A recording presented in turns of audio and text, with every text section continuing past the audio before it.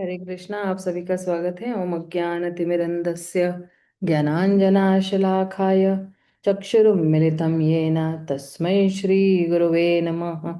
श्रीचैतन्यमनोभीष्टं स्थापितं येन भूतले स्वयं रूप कदा मह्यं ददाति स्वपदान्तिकं। नमो विष्णुपदाय कृष्णपृष्ठाय भूतले श्रीमते भक्तिवेदान्त स्वामिनिति नामिने। नमस्ते सरस्वते देवे गौरवाणी प्रचारिणे निर्विशेष शून्यवादी पाश्चात्य देश तारिणे। जय श्री कृष्ण चैतन्य प्रभु नित्यानंद श्री अद्वैत गदाधर शिवासादि गौर भक्त वृंद। हरे कृष्णा कृष्णा कृष्णा हरे हरे, हरे राम राम राम हरे हरे। तो हम लोग जो है सातवें अध्याय पे पहुंच गए हैं। ये सातवां अध्याय जो है, जैसे मैंने कल भी कहा था कि ये जो है पंच तत्व जो है, पांच तत्वों के बारे में बहुत गहराई में कृष्णराज कविराज गोस्वामी समझाने वाले हैं। अगर हम भगवान की महानता को जानेंगे तो उनकी मधुरता को भी जो है अच्छी तरह से सराहेंगे। जब तक महानता नहीं पता होती है तब तक हम मधुरता को जो है वो उसका आस्वादन नहीं कर पाते हैं।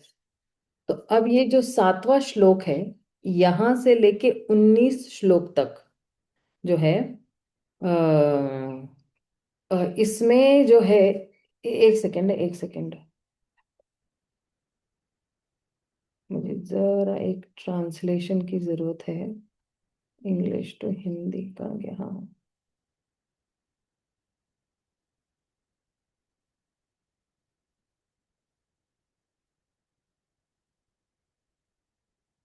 हम्म। तो ये 7 से लेके 19वें श्लोक तक दो तत्वों के बारे में बताया है। एक तो प्रमुख तत्व और एक है भक्त तत्व। तो प्रमुख तत्व कौन है? प्रमुख तत्व तो कृष्ण ही है। तो अब देखिए क्या कहते हैं कृष्णराज कविराज गोस्वामी। स्वयं भगवान कृष्ण एकले ईश्वर अद्वितीय नंदात्मज रसिक शेखर। समस्त आनंद के आगार कृष्ण परम नियंता पूर्ण पुरुषोत्तम भगवान है। कोई न तो कृष्ण से बड़े है न उनके तुल्य है। फिर भी वे महाराज नंद के पुत्र के रूप में प्रकट होते हैं। इस श्लोक में कविराज गोस्वामी भगवान कृष्ण का सही सही वर्णन यह कहते हुए करते हैं कि यद्यपि उनके समान या उनसे बढ़कर कोई नहीं है और वे समस्त आध्यात्मिक आनंद के स्तोत्र है, फिर भी वे महाराज नंद और यशोदा माता के पुत्र रूप में प्रकट होते हैं। और फिर आगे क्या कह रहे हैं? रासादी विलासी व्रज ललना नागर आरयत सब देख तार परिकर। पूर्ण पुरुषोत्तम भगवान श्री कृष्ण रास नृत्य के परम भोक्ता है। वे व्रज की बालाओं के नायक और नायक है और अन्य सारे मात्र उनके संगी है। यहाँ पर रास आदि विलास अर्थात रास नृत्य के भोक्ता शब्द अत्यंत महत्वपूर्ण है।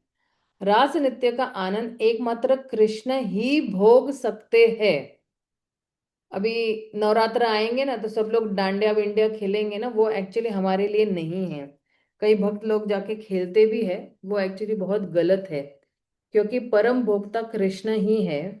और जितनी भी जो भौतिक सृष्टि है, ये भगवान की भोगने की चीज है, हमारी नहीं है। और फिर तो हमें पता है कि आगे इस डांडिया के आड़ में क्या क्या होते रहता है। लेकिन हमें ये समझना है कि रास नृत्य के परम भोक्ता भगवान कृष्ण है, क्योंकि वे ही वृंदावन की युवतियों के परम नायक है। अभी जिसको लड़कियां अपना हीरो मानेगी या नायक मानेगी उसके साथ ही जाएगी, राइट? तो सारी जितनी भी गोपियां हैं ये कृष्ण को अपना नायक मानती थी, यानी हीरो। अन्य सारे उनके भक्त तथा संगी है। यद्यपि पूर्ण पुरुषोत्तम भगवान कृष्ण की समानता करने वाला कोई नहीं है, किंतु ऐसे अनेक अनैतिक धूर्त है जो कृष्ण के रास नृत्य का अनुकरण करते हैं। अब देखिए, प्रभुपाद ने एकदम बड़ा स्ट्रॉन्ग शब्द इस्तेमाल किया है, अनैतिक धूर्त, है ना। और वे मायावादी है और लोगों को चाहिए कि उनसे सतर्क रहे। रास नृत्य एकमात्र श्री कृष्ण के द्वारा संपन्न किया जा सकता है, अन्य किसी के द्वारा नहीं किया जा सकता है। तो अगर हम ये दोनों श्लोकों में देखेंगे, तो दोनों श्लोकों में जो है, ये अगर हम कह सकते हैं कि ये जो है इस ग्रंथ का परिभाष्य सूत्र है ना। ये वाला जो श्लोक है, पंचतत्वात्मन कृष्ण भक्त रूप स्वरूपकम भक्तावतारम भक्ताख्यम नमामि भक्त शक्तिकम, ये वाला जो है श्लोक, ये जो है परिभाष्य सूत्र है। अब मैं आपको जस्ट बताती हूँ कि परिभाष्य सूत्र क्या है। मुझे जस्ट 1 मिनट देना। हाँ, मैं जस्ट मेरा फाइल खोल रही हूँ।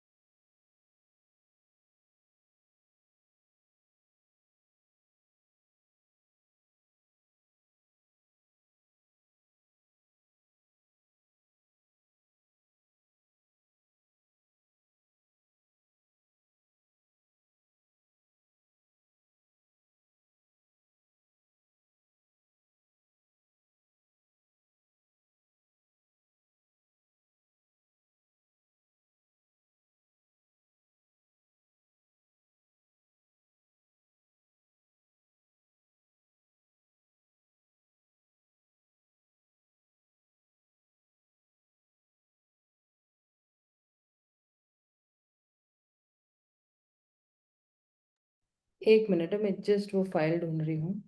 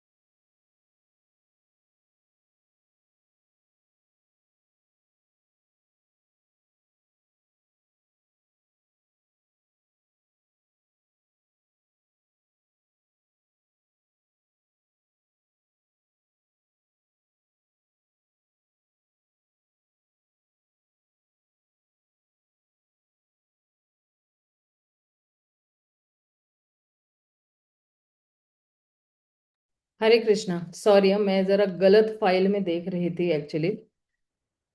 तो अगर हम देखेंगे कि किसी भी ग्रंथ का या किसी भी पुस्तक का जो है ना एक परिभाष्य सूत्र होता है।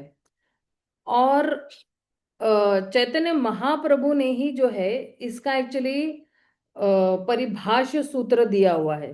जैसे विश्वनाथ चक्रवर्ती ठाकुर जो है, चैतन्य महाप्रभु के जितने भी सारांश में जितने भी मत है, वो एक ही श्लोक में जो है वो प्रस्तुत करते हैं। उतने वो कौन सा वाला ग्रंथ है उसमें, चैतन्य मत्त मंजूषा, है ना। और वो कहते हैं कि आराध्यो भगवान व्रजेश तनया तद्धाम वृंदावनम रम्या काचित उपासना व्रजवधू वर्गेण वकल्पिता श्रीमद्भागवतम प्रमाणम अमल प्रेम पुमान अर्थ महान श्री चैतन्य महाप्रभुर्मतभिदम तत्राधे नर परः। तो अब देखना, जितने भी अभी हमारे गौड़ीय वैष्णवज में जो है, ये सभी लोग जो है चैतन्य महाप्रभु का जो मत है वो सबसे सर्वोच्च परम सत्य मानते हैं। और भगवान ने खुद ये घोषणा की है। जैसे चैतन्य महाप्रभु ने घोषणा क्या की थी कि ये जो श्रीमद् भागवतम है वो क्या है, वो अमल परम सॉरी प्रमाणम अमलम है ना। और ये जो दिव्य ग्रंथ है भगवान का, तो ये बहुत ही शक्तिशाली, मतलब किसी को भी जो है भगवान के प्रेम तक तुरंत ही ले जा सकता है। और तत्व संदर्भ में भी श्री जीव गोस्वामी ने एक्चुअली दिया हुआ है कि ये जो भागवतम है वो बिल्कुल परफेक्ट है, परम है, और सारे जितने भी शास्त्र है उनका सार है। अब और जितने भी ग्रंथ है ना, वो श्रीमद् भागवतम को ही फॉलो करते मतलब उनके पीछे पीछे चलते हैं। तो भागवतम से ही लेकर बाकी सारे ग्रंथ जो है वो उत्पन्न हुए हैं। तो इसलिए जो है भागवतम को, जैसे मान लो कि कोई राजा है ना, तो उसकी प्रजा जो है उनके पीछे पीछे चलेगी, या उनके जितने भी मंत्री संतरी है उनके पीछे पीछे चलिए, राजा हमेशा आगे रहेगा। तो ये जो श्रीमद् भागवतम है ये क्या है, ग्रंथों का राजा है। और जैसे श्रीमद् भागवतम जो है एक बिल्कुल कहते हैं ना कि राजा महाराजा की तरह है। तो श्रीमद् भागवतम में भी जो है बिल्कुल शुरुआत में ही तीसरे पहले स्कंद के तीसरे अध्याय के 28वें श्लोक में जो है उसका परिभाष्य सूत्र दिया हुआ है। और जब कहते हैं ना, एते चांस कला पुंसा कृष्णास्तु भगवान स्वयं इंद्रियारी व्याकुलम लोकम हृदयंती युगे युगे। तो श्री जीव गोस्वामी जो है इस पे, इस श्लोक पे जो है अपने कृष्ण संदर्भ में भी बहुत विस्तार से बता रहे हैं। देखना, श्री जीव गोस्वामी ने है ना 6 संदर्भ लिखे हैं। तो उसमें से जो पहले 3 संदर्भ है, पहला है तत्व संदर्भ, फिर भगवान और परमात्मा संदर्भ। तो जीव गोस्वामी कहते हैं कि किस तरह से जो है वो भगवान जो है वो ब्रह्मन और परमात्मा से भी जो है वो श्रेष्ठ है। और वहां पे भगवान की क्या पहचान है, जैसे उनकी आइडेंटिटी क्या है, कि भगवान जो है पूर्ण पुरुषोत्तम भगवान श्री कृष्ण कौन है, ये पूरी तरह से वो स्थापित करते हैं। तो इसलिए श्रील जीव गोस्वामी जो है ये एते चांस कला पुंसा को जो है ये श्लोक जो है उसको परिभाष्य सूत्र कहते हैं।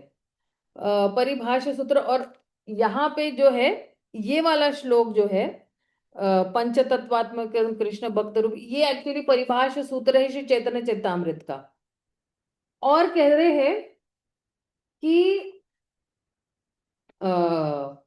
परिभाषा सूत्र एक्चुअली ना किसी भी किताब में जो है केवल एक ही बार आता है और शुरुआत में ही आता है। और ये जो परिभाषा सूत्र है या ये जो श्लोक है ना, ये एक्चुअली चाबी है हमारे लिए अच्छी समझ के लिए। पूरा ग्रंथ जो लिखा है, तो वो पूरा ग्रंथ इसी एक श्लोक पे टिका हुआ है। मतलब जितने भी श्लोक है, चैतन्य चरितामृत में बोलो या भागवतम में बोलो या भगवत गीता में बोलो, सारे श्लोक इस श्लोक के साथ सहमति करेंगे या एक ही स्तर पर पहुंच जाएंगे, समझने के एक स्तर पर पहुंच जाएंगे इस तरह से। और अगर हम कहेंगे कि अ, ये वाला जो ग्रंथ है या भागवतम भी बोलो, कोई भी ये जो ग्रंथ है ना, ये कोई ऐसी कुछ मन गढ़ंत कुछ भी नहीं है, या कुछ भी किसी के मन में आया और कुछ भी लिख दिया, वैसा नहीं है एक्चुअली। ये जो है ये बहुत ही गंभीर विषय है। और इसलिए, क्योंकि ये बहुत ही, चैतन्य चरितामृत और भागवतम बड़े ही गंभीर विषय है, इसलिए इन ग्रंथों के लिए परिभाष्य सूत्र की बहुत आवश्यकता है। और आप देखना, बारंबार हर श्लोक में अगर आप देखोगे कि जितने भी श्लोक है, वो सारे श्लोक बार बार वही कहते हैं कि कृष्ण परम है, कृष्ण परम है, कृष्ण परम है, और सब वृत्तियां और सब उनके दास है या दासों के दास है। और इसलिए जो है, ये परिभाष सूत्र जो होता है, वो एक्चुअली एकदम एक, कहते हैं ना कि एक राजा महाराजा या बोलते हैं ना छत्रपति, या जो भी हिंदी वाले जो शब्द है वो सबसे बड़ा है एक्चुअली। तो जीव गोस्वामी ने जो है आ, बताया हुआ है कि किस तरह से जो है ये जो परिभाष्य सूत्र है, उसमें पूरा एनालिसिस ही किया है श्री जीव गोस्वामी ने कि किस तरह से जो है एक्चुअली उसके अंदर भी जो है करीबन 12 ऐसे पॉइंट है जहां पे बताते हैं कि कोई भी ग्रंथ जो है, इसका कोई एक सामान्य किसी के पास रुचि होनी चाहिए। तो अभी सबकी रुचि किस में है? भगवान में है, राइट।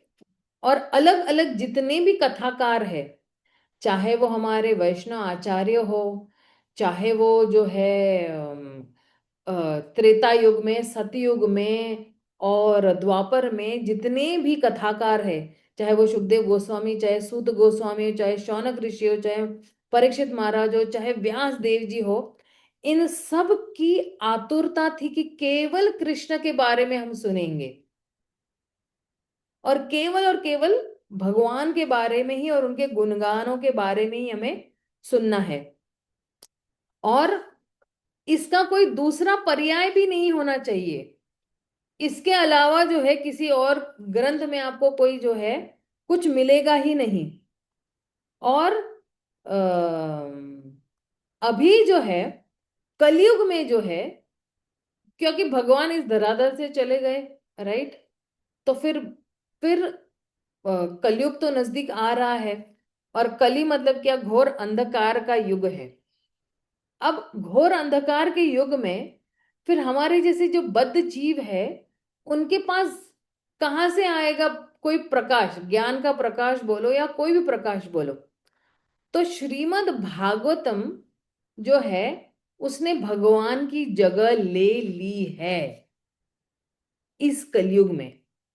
मतलब भगवान चले गए, लेकिन भागवतम भगवान ने भेज दिया। इसलिए सनातन गोस्वामी कहते हैं ना, कलि द्वंद्व आदित्य श्री कृष्ण परिवर्तित। कलि द्वंद्व आदित्य मतलब क्या? कि कलयुग में आदित्य के रूप में, आदित्य मतलब सूर्य के समान प्रकाश देने के लिए जो है ये ग्रंथ आया हुआ है। और ये जो चैतन्य चरितामृत ग्रंथ जो है, उसमें भी जो है केवल भगवान के नामों के बारे में ही विस्तार रूप से जो है बताया हुआ है कि भगवान चैतन्य महाप्रभु कृष्ण के अलावा कोई दूसरा नाम जो है वो उद्धार करने वाला नहीं है। तो जैसे जैसे कोई भगवान का नाम लेता है, तो वैसे वैसे जो है वो अपने अस्तित्व को 3,000 गुना जो है वो क्या कहते हैं, पवित्र कर सकता है। और कृष्ण भी जो है अर्जुन को कहते हैं प्रभास पुराण में कि मेरे ये जो दिव्य नाम है, भगवान के बहुत सारे दिव्य नाम है ना, गोविंद, गोपाल, मधुसूदन, है ना, अरिसूदन, बहुत सारे नाम है। लेकिन उसमें से जो सबसे मुख्य नाम है, सबसे महत्व वाला नाम वो है कृष्ण है। और जितने भी बाकी ग्रंथ है वो भागवतम और चैतन्य चरितामृत की सम्मति देते हैं। और जितने भी दूसरे ग्रंथ है तो वो भी कृष्ण को परम भगवान कृष्ण मानते हैं। तो ये क्या कहते हैं ना, रिकन्फर्मेशन हो गया, ये पुष्टिकरण हो गया कि हाँ भाई कृष्ण ही परम है। बाकी सभी ग्रंथ जो है इस स्टेटमेंट पे जो है कह रहे हैं एते चांचक्य कृष्णास्तु भगवान स्वयं, इस पर बड़े अडिंग है कि हाँ बाकी सारे ग्रंथ जो है। और भगवान का जो रूप है उसके बारे में भी जो है बाकी सारे ग्रंथ जो है इस चीज पे सहमति है। तो भगवान का एक शाश्वत रूप है और भगवान का जो है एक परम रूप है ना, कृष्ण के इसमें। और ये जो है भागवतम, चैतन्य चरितामृत और बाकी जितने भी ग्रंथ है, विष्णु पुराण बोलो, नारद पुराण बोलो, ये पुराण, गरुड़ पुराण, सब लोग जो है इस ग्रंथ को जो है सहमति देते हैं। तो आप देखना, बहुत सारे तर्क वितर्क हो सकते हैं, लेकिन जीव गोस्वामी ने जो है वो जब कहते हैं इस परिभाष्य सूत्र की कृष्णा ही भगवान है, उसमें बहुत सारे कॉन्ट्रडिक्शंस भी हो सकते हैं, मतलब मतभेद भी हो सकते हैं। लेकिन फिर भी जो है बाकी सारे ग्रंथ जो है एक इस निष्कर्ष पर पहुंचते ही पहुंचते कि कृष्ण भगवान है। और इसलिए जो है अगर हम दार्शनिक तरीके से भी देखें ना तो भी जो है कहते हैं कि दार्शनिक तरीके से भी जो है ये परिभाष सूत्र जो है वो इस निष्कर्ष पे पहुंचता है कि कृष्ण ही भगवान है। अब इस परिभाष सूत्र के साथ अगर हम आगे बढ़ते हैं तो फिर जो है हमें इस चीज पे बड़ा क्या कहते हैं अडिंग हो जाएंगे कि हाँ कृष्ण भगवान है। कभी कभी हमारा श्रद्धा डगमगा सकता है, सॉरी, हमारी कोमल श्रद्धा डगमगा सकती है। लेकिन अगर हम निरंतर, जैसे ना एडवर्टाइजमेंट आपने देखी है ना, एडवर्टाइजमेंट क्या करती है ना, बार बार आपको बोलते लक्स साबुन लो, लक्स साबुन लो, लक्स साबुन लो, ये वाला शैम्पू लो, ये वाला शैम्पू लो। तो हम क्या करते, कभी ना कभी वो जाके उस चीज को ले खरीद ही लेते हैं और ट्राई कर ही लेते हैं हम लोग, है ना, चाहे कोई भी अभी एडवर्टाइजमेंट हो उसमें। लेकिन हमारा ये जो ग्रंथ है और इसकी जितनी भी जो है हम लोग कर रहे हैं घोषणाएं या एडवर्टाइजमेंट जितनी भी कर रहे हैं, तो ये कोई फालतू की एडवर्टाइजमेंट नहीं है ये, या ये कोई काल्पनिक नहीं है, या ये कोई मतलब सिर्फ कहने के लिए नहीं है। ये जो एडवर्टाइजमेंट हम लोग कर रहे हैं भगवान के बारे में, ये एक्चुअली परम सत्य है। और ये सत्य को झुटला नहीं सकते हैं हम लोग कि कृष्ण ही भगवान है।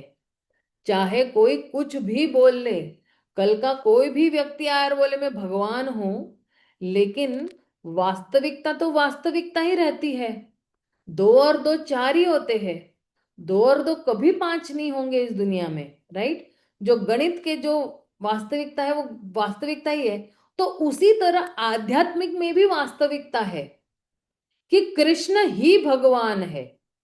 ये आज अगर हम आज समझ ले, कल समझ ले, परसों समझ ले, ठीक है ना, बहुनाम जन्म नामंते ज्ञानवान मां प्रपद्यते वासुदेव ही सर्वेति सहमात्मा सुदुर्लभ। तो हमें लग सकता है थोड़ा समय इस निष्कर्ष पर पहुंचने के लिए।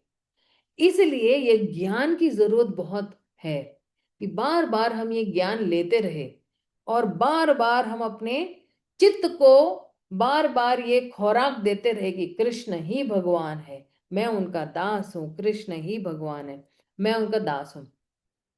तो अब जो है वही कृष्ण जो है अपने आप को अवतीर्ण करते हैं, किसके रूप में, श्री कृष्ण चैतन्य के रूप में। तो ये अगला वाला जो श्लोक है वो कह रहे हैं से कृष्ण अवतीर्ण श्री कृष्ण चैतन्य, से परिकर गणे संगे सब धन्य।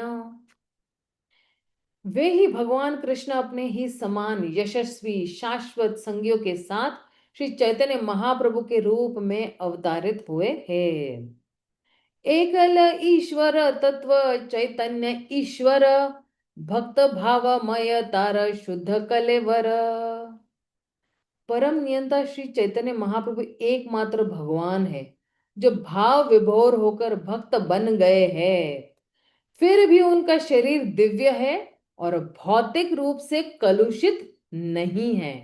कोई सोच सकते हैं कि भगवान ने जो है भक्त का रोल ले लिया है या भक्त की भूमिका ले ली है, तो उनका स्तर थोड़ा अभी जरा नीचे हो गया, क्योंकि भगवान महान होते भक्त उनके नीचे होते हैं। नहीं, भगवान जब भी इस धरातल पर आते हैं, चाहे वो छोटे शिशु के रूप में हो, चाहे शुकर के रूप में हो, चाहे कूर्मा के रूप में हो, चाहे भक्त अवतार हो, फिर भी भगवान भगवान ही रह गए। उनकी जो स्तर है वो कभी नीचे नहीं आएगा। और भौतिक कोई भी रूप से वो कलुषित नहीं है, क्योंकि इस धरातल पर जब भी आते हैं तो वो स्वयं अपने दिव्य रूप में आते हैं।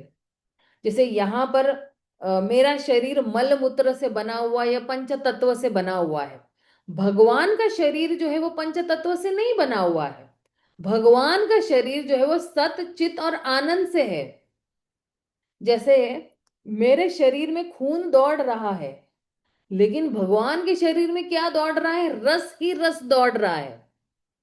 मेरे शरीर में जो है वो मल मूत्र दौड़ रहा है, लेकिन भगवान के शरीर में जो है वो केवल प्रेम का रस दौड़ रहा है, केवल आनंद है, केवल पूर्ण ज्ञान है, पूर्ण अस्तित्व है भगवान का। यही सब भगवान के शरीर में दौड़ रहा है। इसलिए भगवान का शरीर जो है वो दिव्य शरीर है। और वही दिव्य शरीर से, जैसे मेरे शरीर में से बहुत बदबू आती है, लेकिन भगवान के शरीर से क्योंकि रस ही रस बह रहा है, तो भगवान के शरीर से कोई 20 किलोमीटर भी दूर खड़ा है तो भगवान की जो शरीर की जो सुगंध है उस व्यक्ति के नासिका तक पहुंच सकती है। इतनी स्ट्रांग है भगवान के शरीर की जो सुगंध है वो। तो अब सोचिए कि किस तरह से लोग कहते हैं कि भगवान का शरीर भौतिक है। ये तो जो कहने अज्ञानी लोग ही ऐसा कह सकते हैं। तो आइए जरा तात्पर्य भी जरा देख लेते, श्रील प्रभुपाद क्या कहते हैं। तत्व या सत्य अनेक प्रकार के हैं, जिसमें ईश तत्व, जीव तत्व तथा शक्ति तत्व सम्मिलित है। ईश तत्व से पूर्ण पुरुषोत्तम भगवान विष्णु का बोध होता है, जो कि परम जीवनी शक्ति रूप है। कठ उपनिषद में कहा गया है कि नित्यो नित्यानाम चेतनस चेतनानाम, भगवान परम नित्य एवं परम जीवनी शक्ति है। जीव भी नित्य है और वे जीवनी शक्तियां भी है, किंतु वे आकार में अत्यंत सूक्ष्म है। जबकि परमेश्वर परम जीवनी शक्ति और परम नित्य है। परम नित्य कभी भी नश्वर भौतिक प्रकृति का शरीर धारण नहीं करते हैं। ये बहुत महत्वपूर्ण सेंटेंस है कि भौतिक शरीर, भौतिक प्रकृति का शरीर नहीं धारण करेंगे। जबकि परम नित्य के अंश रूप जीवों में ऐसी प्रवृत्ति पाई जाती है। अभी हम लोग ने क्या किया है? भौतिक प्रकृति का ही शरीर धारण किया है ना, पंचभूतों से। पंचभूत जो है वो उसका शरीर धारण किया हुआ है। इस प्रकार वैदिक मंत्रों के अनुसार परमेश्वर असंख्य जीवों के सर्वोपरि स्वामी है। किंतु मायावादी दार्शनिक सूक्ष्म जीवों को परम पुरुष के समान बताने का प्रयास करते हैं। तुम भी नारायण, मैं भी नारायण, है ना। इसलिए ये मायावादी अपराधी होते हैं भगवान के। वे उनमें कोई अंतर नहीं देखते, इसलिए उनका दर्शन अद्वैतवाद कहलाता है। किंतु वस्तुतः उनमें अंतर है। अभी भगवान और जीव में अंतर कैसे, ये भी बताती हूं मैं।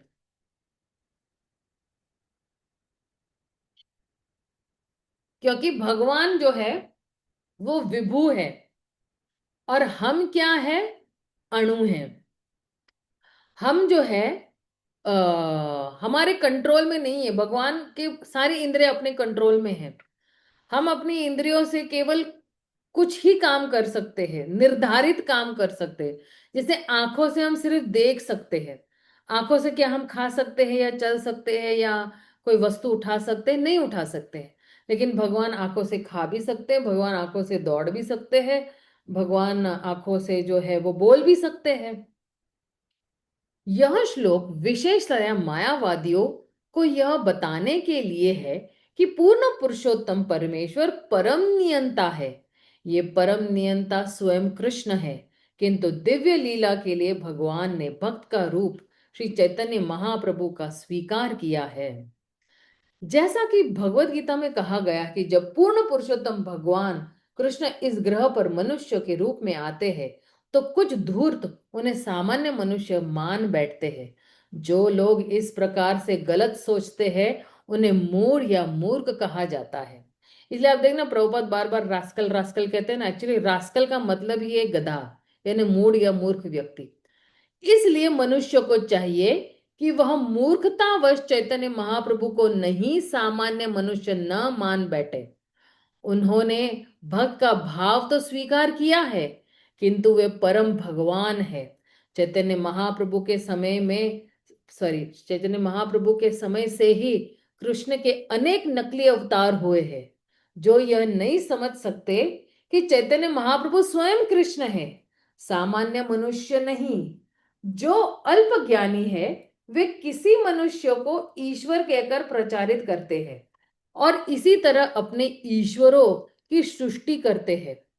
यही उनकी भूल है। अतएव तार शुद्ध कलेवर जैसे कथन हमें सतर्क करते हैं कि चैतन्य महाप्रभु का शरीर भौतिक नहीं है, अपितु पूर्ण पुरुषोत्तम भगवान है। सॉरी, अपितु पूर्ण रूप से आध्यात्मिक है, क्योंकि भौतिक नहीं है ना, तो आध्यात्मिक है। अतएव चैतन्य महाप्रभु को सामान्य भक्त नहीं मानना चाहिए।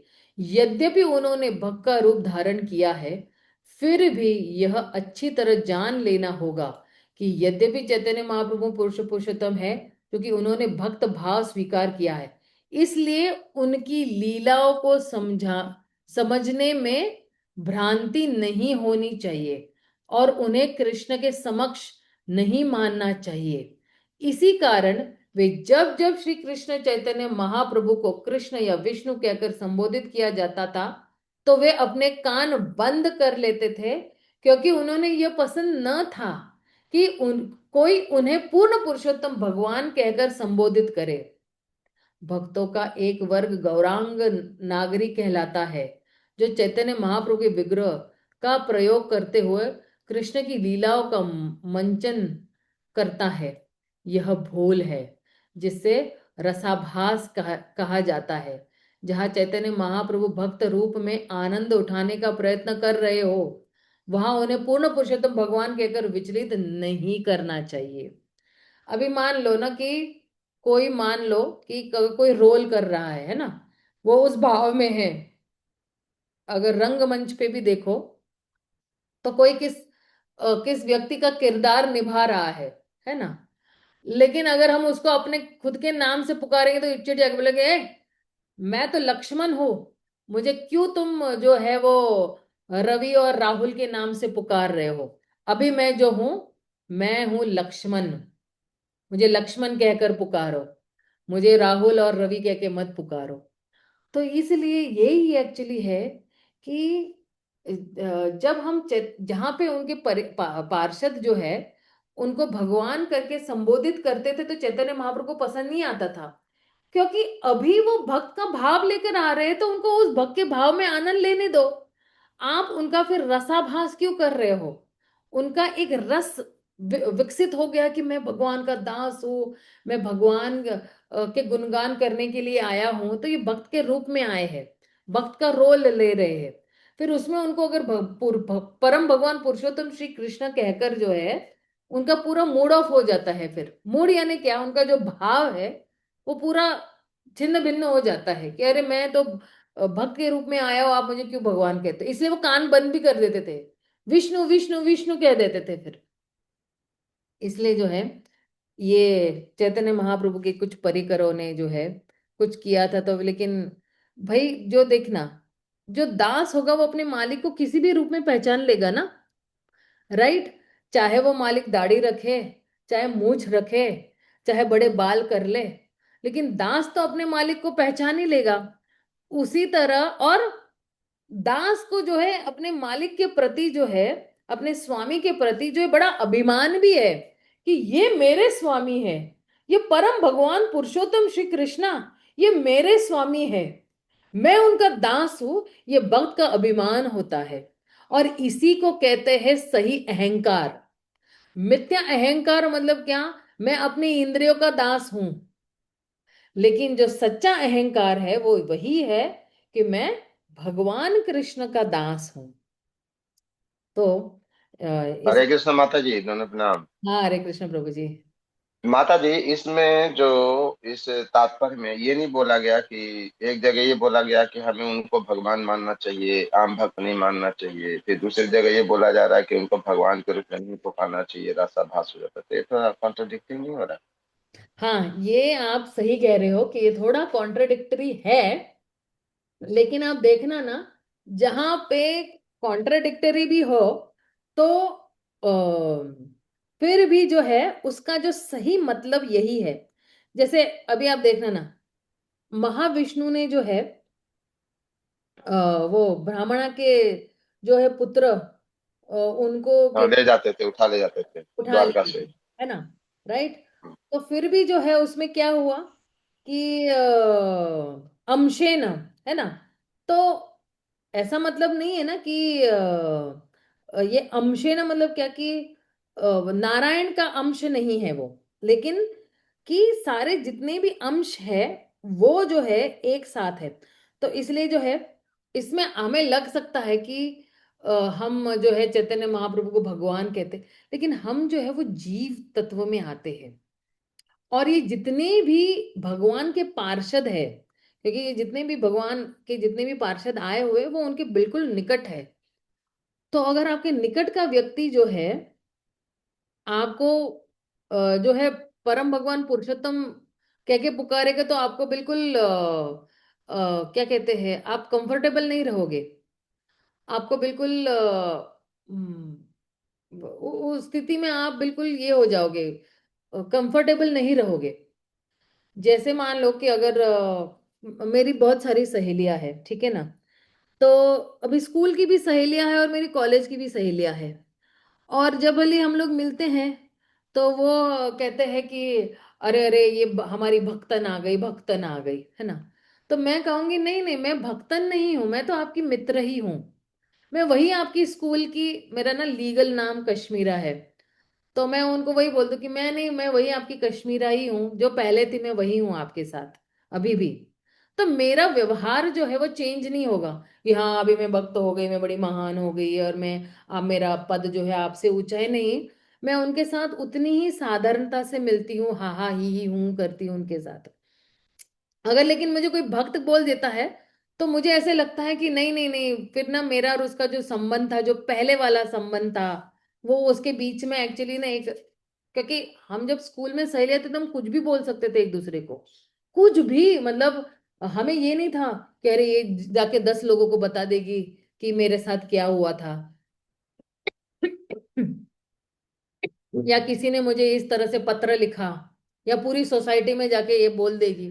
ऐसा नहीं था। हम लोग जाके कुछ भी बता देते थे, आज मेरे साथ ये हुआ, आज मेरे साथ वो हुआ, आज मेरा ये ऐसा हुआ, मेरा वैसे हुआ। तो क्योंकि ये जो सहेलियां है ना, ये हमें जज नहीं करती थी। जज नहीं मतलब कि ये जो है, उसी तरह भगवान के साथ जिनके उनके जो पार्षद है ना, वो भगवान को भगवान की तरह ही स्वीकार करते हैं। वो जज नहीं करते कि अरे भगवान अभी छोटे हो गए, भगवान बिल्कुल बड़े हो गए, भगवान ऐसे है, भगवान वैसे, भगवान को ये लोग टिक्का करते, भगवान वो टिक्का करते, नहीं। ऐसा नहीं है। उनके जो निकट के पार्षद है वो उनको भगवान मानते हैं, वो उनको पता है। और हम जैसे जो लोग हैं, एक्चुअली अभी भी हमारे पास वो श्रद्धा नहीं है, निष्ठा नहीं है। इसलिए बारंबार हमको बोलना पड़ेगा चैतन्य महाप्रभु भगवान परम भगवान पुरुषोत्तम श्री कृष्ण है, चैतन्य महाप्रभु परम भगवान पुरुषोत्तम श्री कृष्ण है, क्योंकि अभी तक मैं निष्ठा के स्तर पर नहीं पहुंची हूं। और मैं भगवान की पार्षद भी नहीं हूं। ये भी एक है। तो क्योंकि मैं जो हूं, मैं एक साधारण भक्त हूं, क्योंकि मैं अभी तक निष्ठा के स्तर पर पहुंची नहीं हूं, क्योंकि मैं भगवान की पार्षद नहीं हूं, मैं चैतन्य महाप्रभु को परम भगवान पुरुषोत्तम कृष्ण ही कहूंगी। इस तरह से प्रभु जी, ये सही है या मतलब आपके पास कोई कुछ और है नहीं अनुभव? माता जी, बात ये है ना, कहने का मतलब ये है कि जो जो जीव तत्व जो लोग होते हैं उनमें थोड़े से, मतलब उनका जो ज्ञान होता है वो भौतिकता से लिप्त होता है, मिश्रित होता है। तो वो लोग है ना, कई बार शुद्ध ज्ञान नहीं है। तो शुद्ध ज्ञान नहीं होने के कारण क्या है, उनके लिए यही बोला गया है कि आप इनको भगवान ही मानो। हाँ लेकिन उनके जो परिकर है, उनका ज्ञान जो है ना शुद्ध है, और वो पूरी तरह शुद्ध है। तो हाँ। उनमें कोई मिलावट नहीं होती। तो वो लोग कभी भी क्या है, अपनी स्थिति से नीचे नहीं गिरते, चाहे भगवान को कभी भी उनकी स्थिति से नीचे नहीं लाते। करेक्ट करेक्ट करेक्ट, सही है प्रभु। इसीलिए उन लोगों के लिए, तो उन लोग यदि बोलेंगे उनको भगवान है तो उनको दिक्कत होगी, लेकिन हम लोग यदि भगवान बोलेंगे तो हमारे लिए दिक्कत नहीं। हाँ हाँ हाँ प्रभु यही जी। ना। हाँ, थोड़ा ये कथन के लिए भी बहुत धन्यवाद कि आपने कुछ और अच्छी तरह से भी ऐड किया है इसके लिए। तो थैंक यू कि मेरे लिए भी थोड़ा ये अच्छा हो गया कि भाई। माता जी, आपने बहुत बहुत अच्छा समझाया, लेकिन मैं भी यहाँ पे कंफ्यूज हो रहा हाँ था। राइट राइट, नहीं नहीं प्रभु जी, चर्चा करने से ही, क्योंकि हम लोग ने अभी बहुत सालों से हम लोग सुन रहे हैं, तो हम्म। कभी कभी कुछ चीजें जो है वो हम समझते हैं भगवान कृष्ण है, सब कुछ है, लेकिन दूसरों को समझाने के लिए आपने जो भी पॉइंट्स प्रस्तुत किए, ये भी अच्छे पॉइंट्स है। और ये भी परंपरा में ही आते हैं, ऐसा नहीं है कि आपने कुछ परंपरा से बाहर बोला हुआ है। ठीक है ना जी? तो हम लोग जो है यहीं पे विराम देते हैं, क्योंकि ये वाला अध्याय जो है ना, इसका धीरे धीरे रसास्वादन करते करते आगे बढ़ेंगे हम लोग। बहुत महत्वपूर्ण अध्याय है ये। और हरे हरे कृष्ण माता जी। हाँ माफी चाहूंगा। माता जी, एक बार है ना, हम लोग के जो क्लास होती है ना, स्टडी क्लास, उसमें एक बार बात हुई थी कि चेतन चरितमृत को पढ़ेंगे पढ़ाएंगे ना। तो एक मंदिर से हम लोग के जो डिवोटी आए थे, ब्रह्मचारी थे, तो वो थोड़े से चौंक गए। फिर जानते हैं क्या बोलते हैं, कहते हैं क्या, ये सातवां जो अध्याय जो है ना चेतन चरितमृत का, इसमें बहुत सारे वो है सिद्धांत, और उस सिद्धांत को एक्सप्लेन करना ना बड़ा मुश्किल काम है। हाँ हाँ हाँ। लेकिन मुझे तो ऐसे लगता है कि अगर हम, मतलब कम से कम देखो, मतलब मैं यही कहती हूँ कि हम डर के ही हम पढ़ेंगे नहीं तो फिर सिद्धांत कैसे समझेंगे? वह जैसे माता जी अभी आपने जो समझाया ना, ये वाला, हाँ ये एक अलग, ये अलग सिद्धांत है, ये मैंने पहली बार सुना। लेकिन जानते हैं ये क्या होगा, यदि व्यक्ति नहीं जानता तो जानते हैं, वो कंफ्यूज हो जाएगा। एक बार कहते तो भगवान मानो, एक बार कहते तो भगवान नहीं मानो, तो कंफ्यूज रहेगा ना। हाँ इसीलिए दिक्कत सही है सही है। है। और प्रभु जी, जो वो ब्रह्मचारी जी है ना, वो हाँ भी जी, हाँ जी। इसलिए कह रहे होगे ना कि अभी तक में भी जो ऑडियंस होती होगी ना, कि अभी उन्होंने छोटी किताबें पढ़ी नहीं है, या उन्होंने भगवत हाँ। गीता ही पढ़ी नहीं है, तो वो बहुत हम्म, ज्यादा भगवान को सराहेंगे नहीं। मतलब वो अभी ऑडियंस मान भी नहीं रही कि भगवान कृष्ण जो है पूर्ण पुरुषोत्तम है। तो शायद उनके हाँ। भी उन्होंने शायद कहा होगा कि चैतन्य चैतन्य, लेकिन नहीं, उसके पीछे रीजन है माता जी, उसके पीछे रीजन जानते हैं क्या होता है हम्म, कि अब जैसे आप हमें पढ़ाते हो, तो आप हमें, आपको हमें हमारी स्थिति पता है, हाँ तो उनको पता होगी, इसलिए कहा होगा। हाँ, वही वही मैं बोल रही कि उनको हम्म, पता होगा कि अभी ऑडियंस जो है वो कोमल है, इनकी श्रद्धा बहुत कोमल है।